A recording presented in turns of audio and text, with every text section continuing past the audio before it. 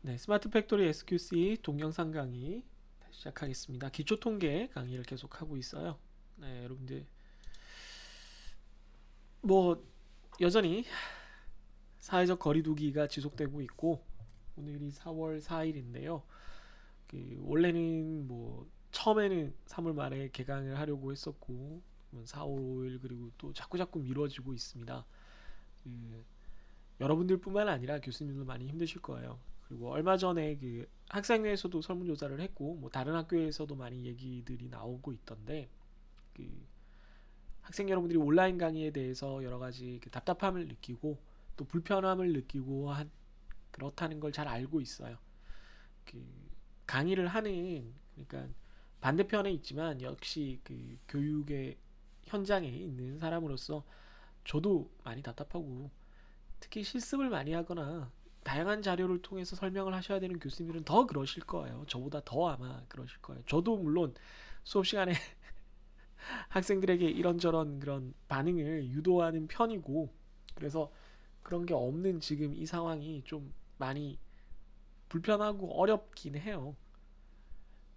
그렇지만 어쨌든 학생 여러분들이 불편하고 어렵고 답답하다는 걸 잘 알고 있기 때문에 동영상을 통해서도 제가 여러분들한테 피드백을 드리려고 애를 쓰고 있고 뭐 단톡방도 운영을 하고 여러 가지를 하고 있는데 학생 여러분들도 조금 더 적극적으로 의견을 표현을 해주셨으면 좋겠어요. 네. 물론 이제 교수님마다 이제 좀 스타일이 다르니까 제가 뭐 모든 교수님들에게 이렇게 해라 어떻게 해라라고 말씀은 못 드리겠지만 이렇게 바퀴가 걸려가지고 죄송합니다. 저한테는 제 과목에 있어서는 여러분들이 좀 적극적으로 의견을 주시고 그 저한테 이제 이런 문제를 좀 다시 설명해 달라 이런 부분이 잘 이해가 안 된다라는 걸 동영상 댓글이건 뭐 아니면 구글 클래스룸의 스트림 댓글이건 강의 자료 댓글이건 동영상 강의 자료 댓글이건 실습 자료 댓글이건 어디든 좋으니까 좀 많이 올려주시면 제가 답변을 달아드릴게요. 지금까지는 거의 다 이제 과제에 관한 질문만 몇 개 있었던 것 같아요. 그에 대해서 제가 다 늦지 않게 적어도 24시간 내에는 보통 답변을 다 달아드렸던 것 같아요. 한 건 빼고는 뭐 몇 시간 안에 다 답변을 달아드렸던 것 같아요. 그렇게 하려고 이게 온라인 수업이라서 대면하지 못한다는 단점을 조금이나마 상쇄하기 위해서 반대로 온라인으로는 수업 시간의 유무에 상관없이 특정 시간에 제약받지 않고 언제든 여러분들과 소통할 수 있도록 좀 제가 늘 신경을 쓰고 있으니까 여러분들이 조금 더 이렇게 다가와 주시면 우리가 좀 제한된 상황이지만 여러분들이 답답하지 않게 여러분들이 서운하지 않게 좀 더 양질의 교육을 여러분들도 가져갈 수 있고 받을 수 있고 저도 여러분들한테 전해줄 수 있지 않나 그렇게 생각을 합니다. 그러니까 뭐 당연히 제가 노력을 해야 되는 부분이지만 여러분들도 조금만 더 노력을 해달라 그런 뜻입니다. 자, 뭐 비겁한 변명이었고요. 아니 최선을 다하고 있어요 진짜예요. 농담 아니고 저는 진짜 이런 것들 이런 상황에 대해서 늘 좀 걱정을 해왔기 때문에 최선을 다하려고 애를 쓰고 있습니다. 연속 확률 분포로 넘어가서 한번 보도록 하겠습니다. 연속 확률 분포를 보시면 뭐 컨티뉴어스니까요. 컨티뉴어스 프로버빌리티니까 확률 함수가 누적 확률 함수가 이제 어떻게 정의가 되냐 하면 누적 확률 함수와 확률 밀도 함수가 이렇게 정의가 되는데 누적 확률 함수 혹은 확률 함수라고 불리는 것이 범위로 정의가 돼야 돼요. 앞에서도 잠깐 설명을 드렸지만 이산적인 확률 분포와 연속적인 확률 분포에서 가장 큰 차이는 이산 확률 분포는 개별 사건을 한 지점으로 딱딱딱 나눠서 그 확률값을 구할 수 있는데 우리가 수치형 데이터를 쓴다 하더라도 연속 확률 분포에서의 확률값은 그럴 수가 없어요. 전에도 말씀드렸지만 키가 정확히 170, 180이 되는 사람은 없어요. 아주 정밀하게 재면 그것은 연속된 실수 중에 한 지점이기 때문에 연속된 실수에서 한 지점은 길이가 0이에요. 점이기 때문에. 그래서 확률값이 없습니다. 그럼 확률값은 어떻게 정의되느냐? 전에도 말씀드렸지만 예를 들어 정규 분포라고 할 때 이게 확률 밀도 함수고요. 이게 PDF 확률 밀도 함수고요. 그랬을 때 이렇게 잘라서 요 x 값이 이렇게 변한다라고 했을 때 여기에서 여기까지 이런 범위가 주어져야지만 요 면적으로 우리가 확률값을 계산할 수가 있습니다. 그러니까 x가 어디에서 어디까지, 그러니까 어디, 여러분들 보시기엔 이쪽이 왼쪽이죠. 어디에서 어디까지의 범위를 갖는다라고 했을 때 그 범위가 되는 영역을 확률 밀도 함수를 기준으로 이렇게 아래쪽을 색칠하면 면적이 드디어 나타나요. 그게 확률값입니다. 따라서 이 전체의 곡선 아래쪽을 다 더한 것은 1이겠죠. 1. 100%가 됩니다. 거기서 요 면적이 차지하는 비율이 우리가 구하는 확률값이 되겠죠. 전체가 L이니까 그냥 면적 구하면 그 자체가 비율이에요. 그래서 그 제가 지난번에 그 과제로도 드린 것 같은데, 뭐 이미 이제 과제가 나갔으니까 이제 알고 있겠지만, 이렇게 되면 특정 지점에 대해서 확률값을 구하는 거는 의미가 없어요. 0이에요. 이걸 아무리 확대해봐도 그냥 선이기 때문에 면적이 되지 않는다는 뜻이에요. 면적이 되게 해야 되는 거죠. 그러니까 우리가 이걸 적분을 한다 그랬을 때 고등학교 때 배운 적분의 개념으로 치면 이걸 우리가 확대해서 왜 그렇게 만들잖아요. 이런 사각형, 옆에 또 조금 큰 사각형, 조금 큰 사각형, 이걸 이렇게 해서 모아서 이걸 면적으로 만들잖아요. 아, 그러면 아주 좁은 데도 사각형이 있겠네요 라고 하는데 아니요. 계속 반복해서 말하지만, 어이구 죄송합니다. 계속 반복해서 말하지만 그냥 직선은 밑면이 없어요. 아랫변의 길이라는 게 아예 존재하지 않기 때문에 사각형을 만들 수가 없어요. 그래서 확률값이 존재하지 않습니다. 그래서 이산확률 함수와 늘 우리가 다르게 생각을 해야 되는 것이 확률값, 무엇이 될 수 있는 확률은 범위로만 존재해야 된다. 그런데 x가 3일 때 정규분포 뭐 이런 거 구하면 값 나오던데요. 그게 뭔가요? 그러면 누적 확률 함수를 미분한 값이에요. 여기 보면 미분이라고 적혀 있잖아요. 이게 미분이죠. d of dx. 이거는 말 그대로 미분이기 때문에 변화량을 말해요.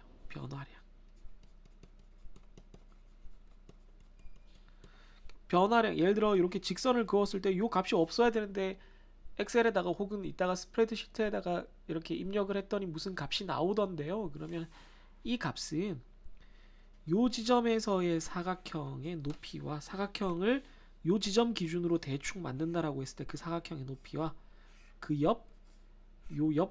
이 사각형의 높이를 봤을 때 요 지점 근처에서 만약에 밑변이 있다 그러면 x가 어떤 범위가 있다 그러면 대충 요 정도 x가 조금씩 증가할 때마다 이 정도 높이로 면적을 구해준다라는, 그러니까 요 근처에서는 확률값이 x가 변할 때마다 이만큼씩 늘어난다, 면적이 이만큼씩 늘어난다라는 그 확률값 누적 사건의 범위가 주어졌을 때 범위가 조금 늘어날 때마다 확률값이 늘어나는 속도 같은 걸 표현해 준 거예요.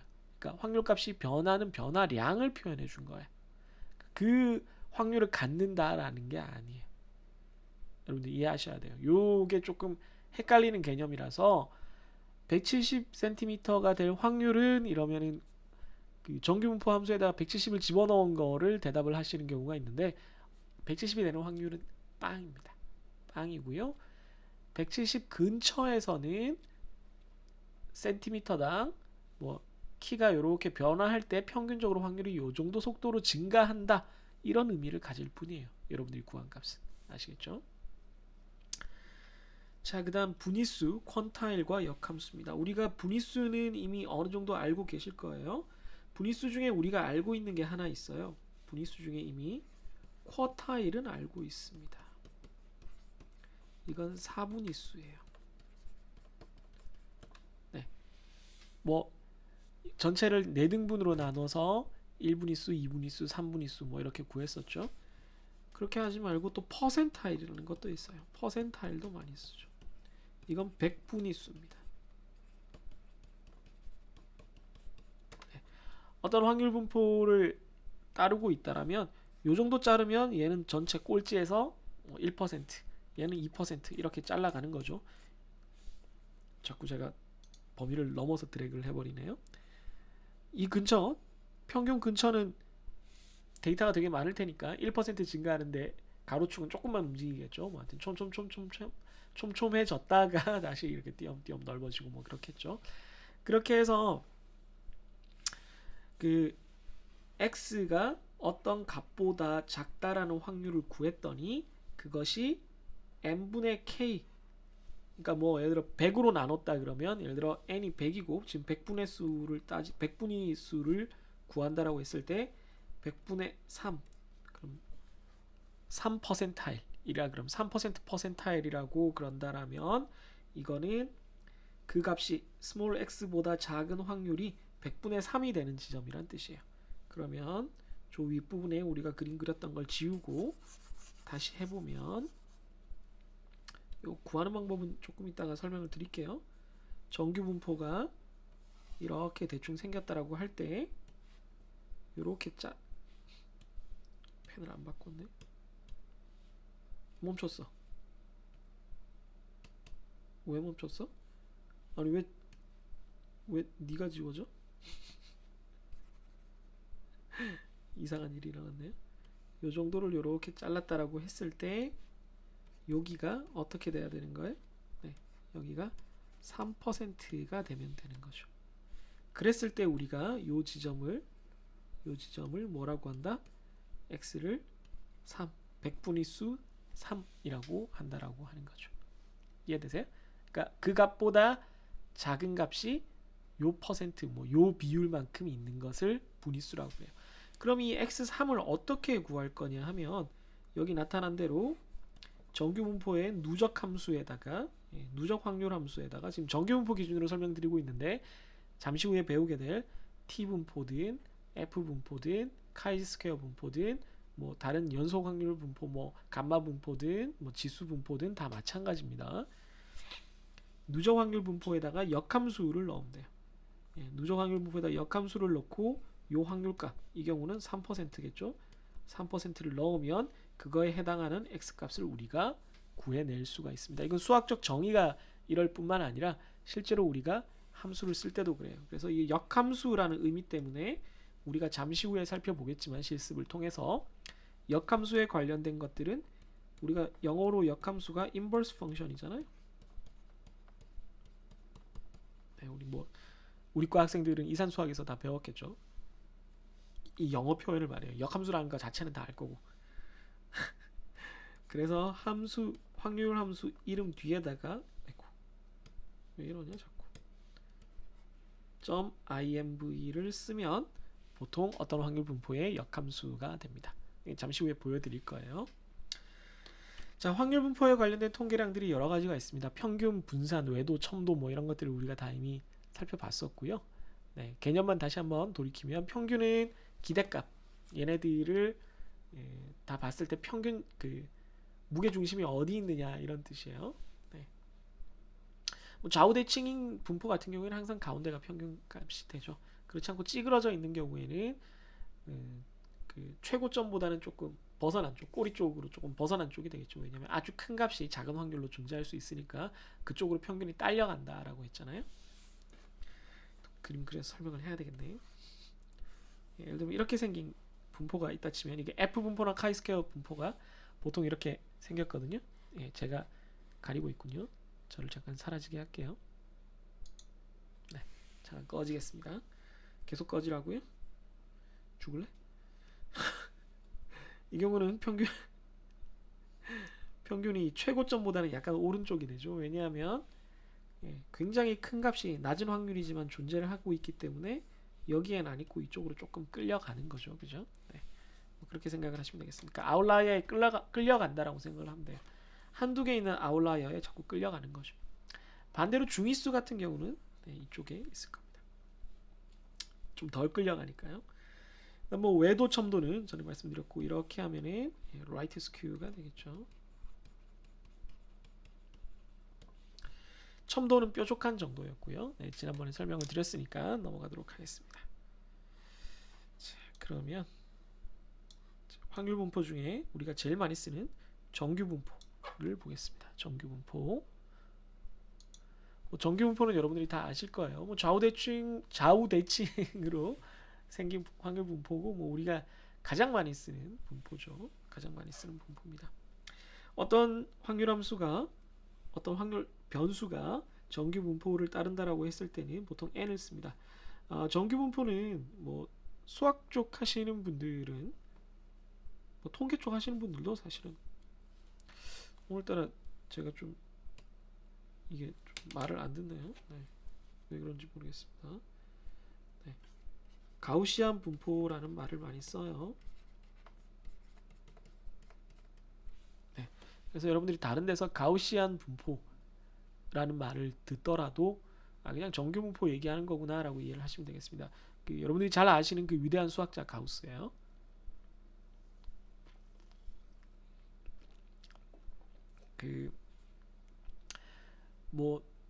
어릴 때 여러분들이 왜 수학 되게 싫다고 타임머신 발견하면 피타고라스를 암살하겠다 이런 얘기들을 많이 하잖아요. 아니면 기하학 때문에 유클리드를 암살하겠다 이런 얘기들을 하는데, 우리가 배우고 있는 그 수학, 여러분들 중고등학교에서 배우는 수학에 있어서 혹은 대학교에서 배우는 수학에 있어서 여러분들한테 가장 해학이라고 해야 되나? 영향을 많이 끼친 사람들을 꼽자면 가우스라든가 오일러라든가 이런 분들일 겁니다. 하나 더 꼽자면 데카르트도 있을 수 있겠네요. 네, 좌표계를 만들었으니까. 네, 그런 분들을 찾아가시는 게 좋을 거고요. 미적분이 싫으면 뉴턴이나 라이프니츠를 찾아가시는 게 좋겠습니다. 피타고라스만 너무 미워하지 말라는 얘기죠. 아무튼 위대한 수학자인 가우스, 네, 수학의 황제라고 불렸죠. 네. 사실은 원래 제가 이렇게 3월달, 4월달 강의할 때 수학자 얘기도 많이 하고, 특히 이산수학 과목 같은 경우, 제 이산수학 수업 들었던 학생들은 이미 다 알고 있겠지만 그런 얘기들을 많이 해요. 여러분들한테 좀 주의도 환기시키고 너무 지루할까봐. 그런데 이제 온라인 강의다 보니까 그렇게 농담을 해봤자 여러분들이 휙 넘겨버릴 거고, 그리고 한 번 한 농담이 계속 박제돼서 반복적으로 쓰인다는 게 조금 좀 껄쩍지근해요. 재미도 없고 신선도도 떨어지고. 그러니까 어떤 대화가 일회성이기 때문에 갖는 매력이라는 게 있거든요. 네. 딱 한 번이기 때문에. 예를 들면 여러분들이 지금 신입생들은 못 느끼고 있겠지만 3월달에 신입생 환영회에서 처음 눈빛을 주고받았던 그 남학생, 그 여학생과 MT에서 우연히 또 같은 조가 됐을 때, 다들 술을 먹고 이제 잠들어가는 새벽 2시에 다 이렇게 널브러진 과자, 새우깡을 치우면서 그에게 이렇게 건넬 한마디, 이런 것들은 다 일회성이니까 의미가 있지, 그걸 누가 녹화를 해가지고 반복적으로 튼다 그러면은 아주 이불이 남아나지 않을 정도로, 이불 속에 오리털이 다 뜯겨나갈 정도의 강력한 발차기가 시전되겠죠. 무슨 얘기를 하는 거야? 아무튼 그래서 제가 동영상 강의에 농담을 많이 못하고 제 실강에 비해서 동영상 강의가 좀 짧아진다라는 그런 얘기를 하고 있는 겁니다. 그래서 여러분들 그렇게 생각을 할 거예요. 짧아진다고요? 뭐가요? 이렇게 생각을 할 수 있는데, 많이 짧은 거예요. 실강에 비해서는.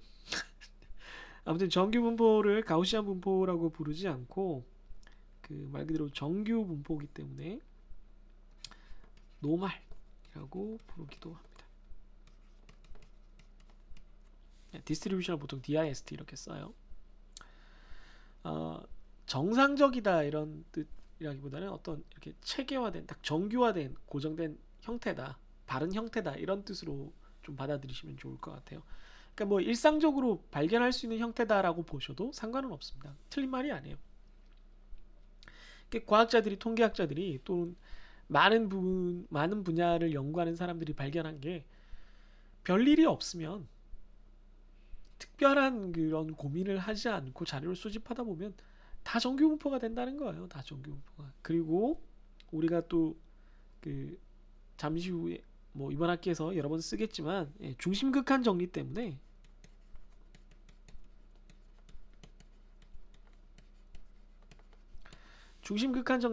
어지간 모집단의 분포가 뭐건 간에 거기서 수집한 샘플의 평균은 반드시 정규 분포를 따른다라는 것도 우리가 알게 됐어요. 그래서 샘플 우리가 지금 품질 관리를 하는데 샘플을 이렇게 가져와 가지고 한단 말이죠.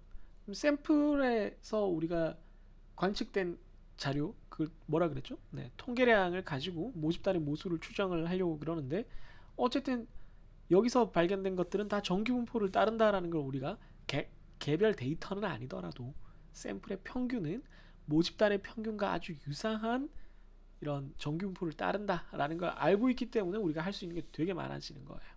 개수형 자료든 계량형 자료든.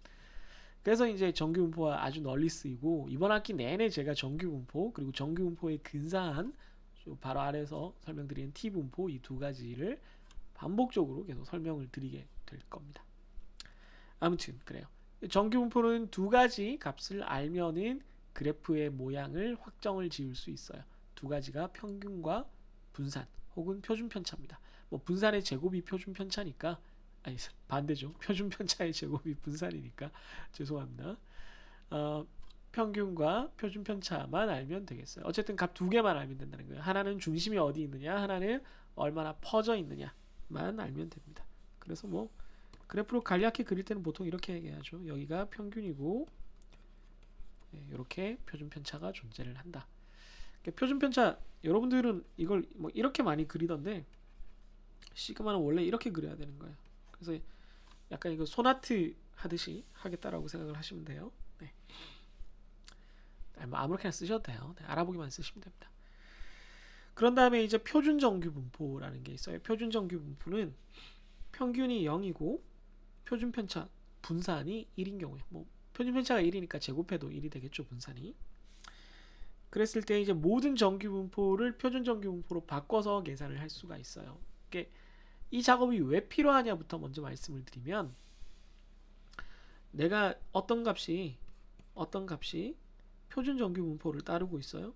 예를 들면은 뭐 20의 3의 제곱인 이런 정규 분포를 따르고 있어요. 그럼 얘가 x가 15보다 작을 확률은 얼마인지를 알고 싶어요. 예전에 계산기가 없던 시절을 가정을 하면 요걸 이렇게 막대상자 세우듯이 해가지고 이렇게 적분을 조금씩 해나가야 된단 말이죠. 계산이 굉장히 힘들다는 얘기입니다. 그런데 우리가 앞에서 배운 그 성질 중에 어떤 통계량이 어떤 분포를 따를 때 그 확률 변수에다가 무엇을 더하거나 무엇을 곱할 때 평균과 분산이 어떻게 바뀌는지 배웠었어요. 그래서 x에다 우선 20을 뺀다라고 생각을 해보죠. 그러면 그때 평균은 20 빼기 20이 되고 분산은 그대로라 그랬어요. 맞나요? 앞에서 우리가 설명하기를 어떤 것에다가 뭐 모든 사람이 예를 들어 전에도 얘기했지만 3cm짜리 키높이 깔창을 깔면 모든 사람의 키가 평균 3cm 커지는 거지만 키의 차이는 다 그대로 있잖아요. 그러니까 분산에는 영향이 없어요. 자, 그러면 여기가 평균이 0이 됐어요, 이제. 그죠? 그런 다음에 이 전체에다가 3분의 1을 곱합니다. 3분의 1을. 그러면 평균에다가도 3분의 1을 곱해야 되고요. 제가 가리네요. 제가 또 잠시 꺼지겠습니다. 표준 편차에다가도 3분의 1을 곱해야 돼요.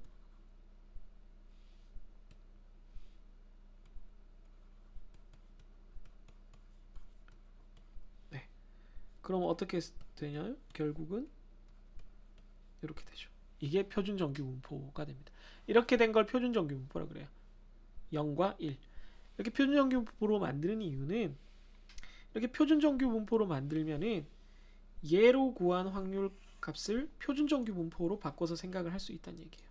그걸 잠깐만 해볼게요. 이 왼쪽에 자리가 남겠구나. 네, 그럼 처음부터 여기서 할걸. 네, 여러분들 싫겠지만 제가 잠깐 다시 나타나고 이게 무슨 상황인지 보여드릴게요. 그리고 이따가 실습으로도 설명을 드릴게요. 그러니까 또 왜 이런데? 네.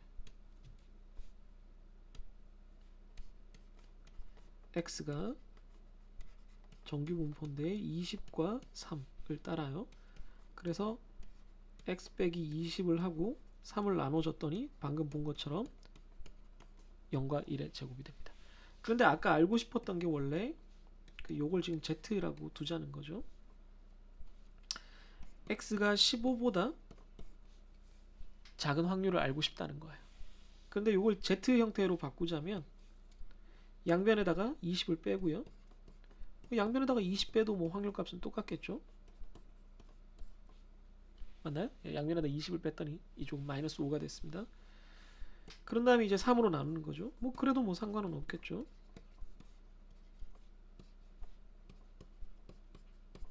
네.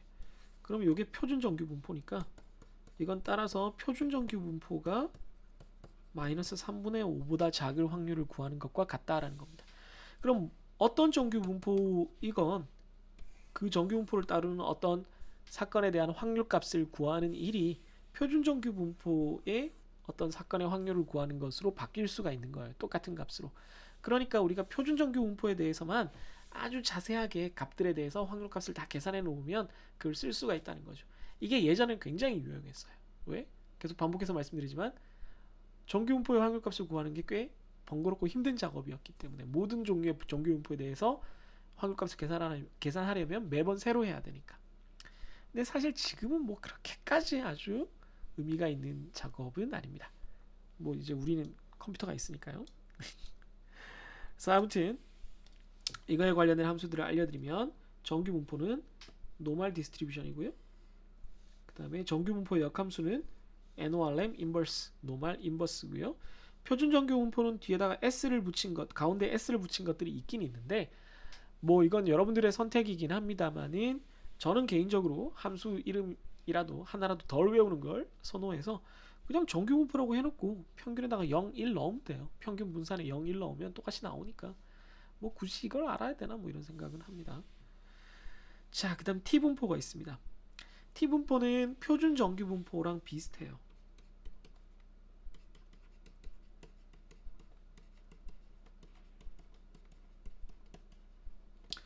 표준 정규 분포랑 비슷한데 표준 정규 분포보다 조금 뚱뚱해요.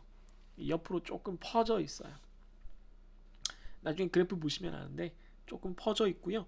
얘는 표준 정규 분포는 딱 하나로 고정돼 있어요. 평균 0, 분산 1. 그래서 뭐 다른 파라미터를 넣을 게 없어요. 딱 고정돼 있죠. 근데 t분포는 자유도라는 게 있습니다. t분포는 우리가 나중에 얘기를 하겠지만 그 샘플에서 관찰된 평균값들을 가지고 이렇게 정규화를 하면 걔가 어떤 정규분포를 따를 테니까 걔를 자기 평균을 빼고 자기 표준표처럼 나눠주면 걔가 정규화가 될 거 아니에요? 정확히는 루트 n분의 시그마 이렇게 나눠줘야 되지만 루트 n분의 s 아무튼 걔를 그렇게 정규화를 해주면 걔가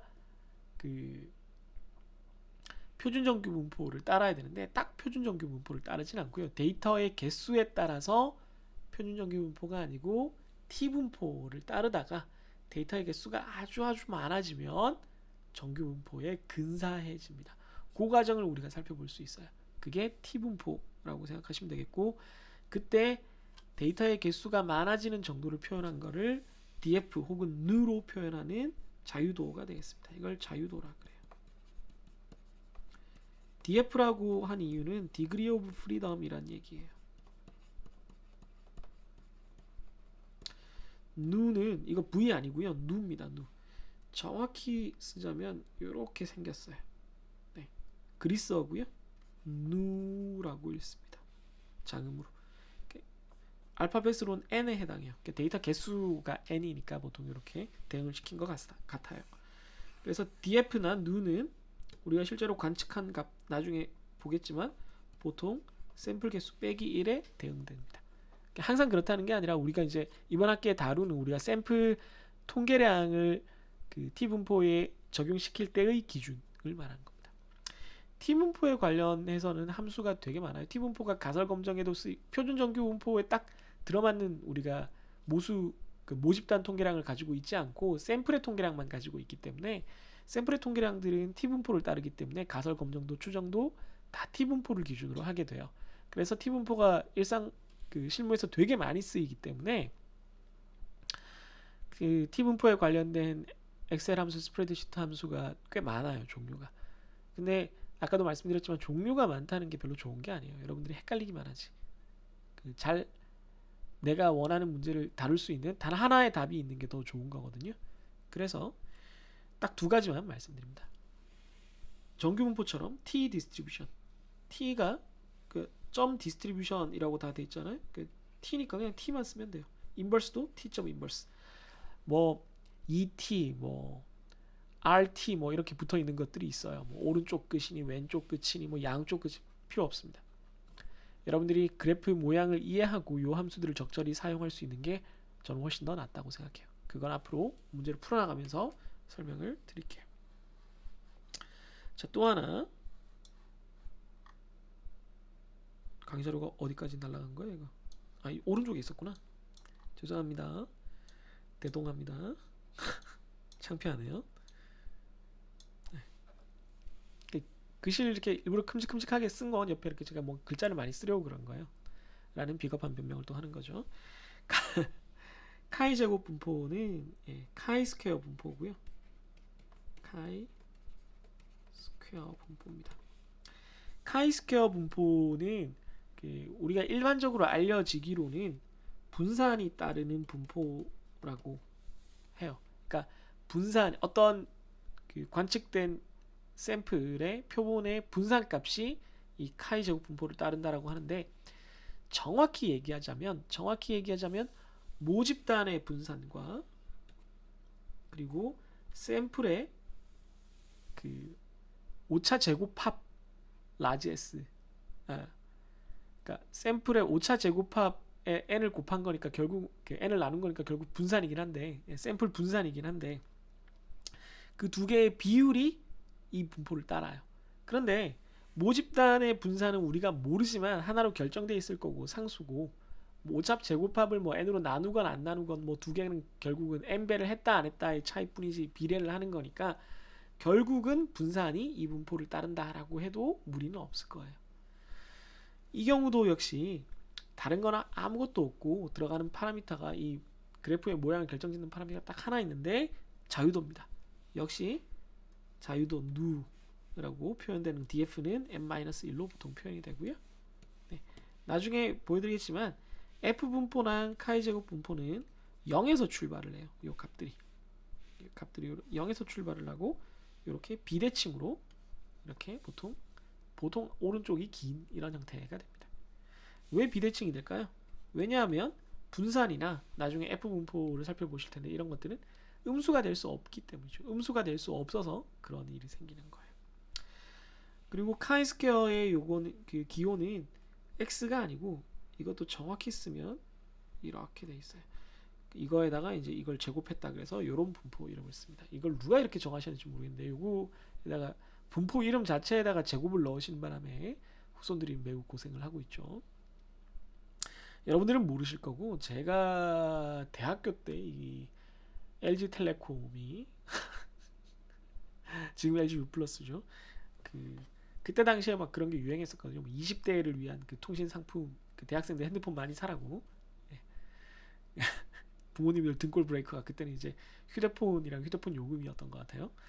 그래서 뭐 KT가 나였나, 하여튼 뭐 그 전에 또 뭐가 있었나, 그랬고 그 SKT가 TTL이라고 이문경 씨가 나왔었고, 그 LG가 이제 카이라고 뭐 이런 게 나왔었어요. 그때 이제 카이가 이렇게 생겼다는 걸 많은 국민들이 알게 됐을 것 같은데 뭔 얘기죠? 네. 아무 상관없는 얘기였고요. 죄송합니다. 네. 아무튼 카이 스퀘어. 이것도 그리스 문자예요. 그 다음 이제 F 분포입니다. F 분포는 그 두 개의 모집단 분산이 아니라 샘플 모집단, 사실은 모집단 분산분의 샘플 분산 뭐 이렇게 표현하기도 하는데, 샘플의 표본 분산 두 개의 비율이 따르는 분포입니다. 그러니까 카이 스퀘어 분포와 F 분포가 언제 쓰이는지부터 말씀을 드리면 될 것 같은데요. 카이 스퀘어 분포는 분산 한계를 따질 때 써요.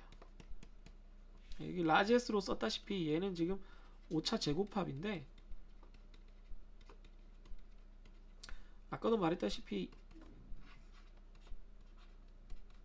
이렇게 되잖아요. n-1로 나눠주면은 그 표본 분산이 되잖아요.